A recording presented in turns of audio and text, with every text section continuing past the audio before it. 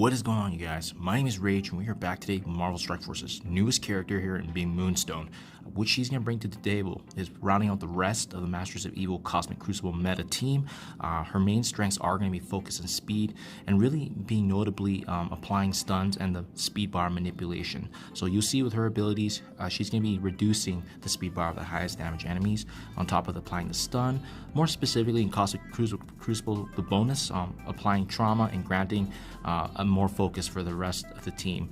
That said, keep in mind, guys, they keep reminding us this as well, but there's going to be shards of Quicksilver coming in the future, so we definitely want to bring them up to ensure that we increase our chances. How we're recruiting to her is going to be these gravitational force orbs, which likely will be tied to event, and again, this to the moon event that's already been slotted in. But with every new character that comes into the game, we bet we have to take advantage of the 15% increase here for a limited time, as well as we're going to deep dive her kit, see what the T4 recommendations preemptively, as well as what her Iso-8 best fits right now, given the kit that we see. So that said, guys, before we get started, always double check that we do see her avatar here. As you can see with the increase, her icon is going to be notably impacted there. But just to do that second double check behind the scenes with the data, we can scroll through to the red stars, and then we should be able to see her icon here with the 15% increase, which we do. Perfect. So ideally, I want to get a 4 on her, but I mean, I know these odds sometimes, especially using these lower ones. I don't believe I have anything. Oh, I do actually have a couple of big ones too. But we'll open some of these smaller red star orbs, see how we do, and then play it by ear. Because ideally, a 3 or 4 red would be the goal here, especially given that the rest of my Masters of Evil team is kind of around that benchmark. Yeah, you can just never tell with the odds, right? Getting a bunch of greens here. Boom. So, you know, she is officially in. As you can see with the 1 star, unfortunately didn't get what we wanted, but we're gonna just keep going and see how we do today. And again, the duplicates are gonna add for us that opportunity to open some of the bigger red stars. Yeah, very exciting, guys. So I mean, with her coming out now, we finally get the conclusion of this team, and as well, it's gonna be a good month. You know, we're coasting with the events right now, the milestones. And this is pretty much the only character I'm pretty much focusing on, streamlining some of the teams that we have right now, given this month break. So beautiful, we got 2 red there. But again, I want to aim for at least a 3, so that's 10 right there. Let's open up 10 more. And if we don't get a 3, maybe we can give it a shot at least with the higher red stars, and maybe that will actually give us a better chance here. Nothing there. And again, worst case, guys, remember, always stick with the budget as well, because you don't want to open everything. You always want to make sure you have at least a supply of red stars because of the multitude of characters that are coming into the game. Yeah, sometimes it sucks that you may not get what you want, but at the end of the day, having a game plan is better than going ham and losing all your resources. So there you guys have it. Boom. Didn't even need to use the higher red stars because we were able to get the 4, and that's exactly what I wanted. So within budget. Now, guys, preemptively here, let's take a look. Got Moonstone flagged here. Oh man, she looks so cool with her skin. Let's go ahead and deep dive each of her abilities, as well as take a look at what the T4 recommendations really gives you a Captain Marvel kind of vibe, given her cosmic setting. Spiteful Strike is her basic attack. As you can see, she's going to be applying damage as well as defense down to the primary target, and as well, if the target is actually vulnerable, she's going to be gaining additional ability energy. I don't recommend T4ing because you don't really get much value besides the damage aspect, and especially if the materials are being scarce right now, level 6 is a good place to stop.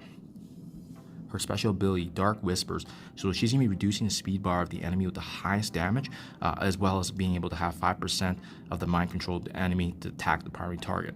She's going to be dealing more damage as you level this ability up, as well as having a stun at level 3. Defense down is also going to be applied, as well as an increase in the number of speed bar reduction. In Cosmic Crucible, this is going to also apply disruption and trauma for the T4, so I wouldn't T4 this unless you guys are 100% planning to bring this character up for the Cosmic Crucible stages. Otherwise, I would stop at level 6 just to conserve materials. Phasing Punishment is her ultimate ability, applying primary and adjacent target damage as well as applying defense down. So you can see that's really her forte, spreading those defense downs and making sure that the other team is really vulnerable. In Crucible, she's also going to be reducing turn meter by using this ability. As this is leveled up, the speed bar impact gets increased as well as the defense down turns. And then lastly, the T4 here, more notably, is also going to apply a stun to the primary target. So again, similar to the treatment of the special ability, I wouldn't recommend T4ing this unless you're applying the 100% and bring her into the meta for the Cosmic Crucible, just because she gets a lot of value being in that specific game mode. And then last but not least, Meteorite is her passive ability here. On turn, as you can see, if she has character at least one ally, she's going to be gaining the evasion up to maximum 2. If she has Masters of Evil, she's going to be healing. And as well, there's going to be also a barrier on top of that if she has 2 or more. So she really gets a lot of value from having more of the Master of Evil allies on her team. And on top of that, that additional focus that we talked about earlier in the preview.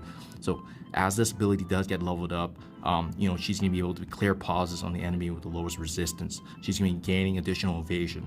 And as well, she's going to be transferring negative conditions, which however excludes ability block and stun. And then lastly, with the T4 here, gaining an additional 100% focus for self and Master of Evil allies. So once again, similar to everything we've slotted in before, any ability on her should only be T4 if you're planning to bring her up. Otherwise, she's a very strong standalone character up with all her abilities up until the level 4s and level 6s, unless you obviously T4. That said, she has great damage overall, guys. She's gonna be really good in terms of being able to apply damage. So I can see her doing a couple things. I can see her potentially being a raider or a striker just to apply some additional increase in the damage, because she is going to be doing quite a bit, her main role being a controller. As well, you want to consider potentially, because she's landing stuns with both her special and ultimate, if she's not getting the focus outside of Cosmic Crucible, a skirmisher might make sense as well. However, in Cosmic Crucible, you can likely shift that to a striker or raider, as she'll have that focus naturally with her passive abilities here. So there you guys have it. That's my preemptive preview here. Good luck with your guys' Red Star Orbs. I know we got a Marvel Strike Force blog post update as well, so I'll keep you guys up to date. Thank you as always. Oh, sorry, and one last thing, guys. Actually, I haven't claimed this yet, but make sure you guys are checking the web store, because there are 5 fragments of her as well. So make sure you check that. Thank you as always, and I'll catch you guys in the next one.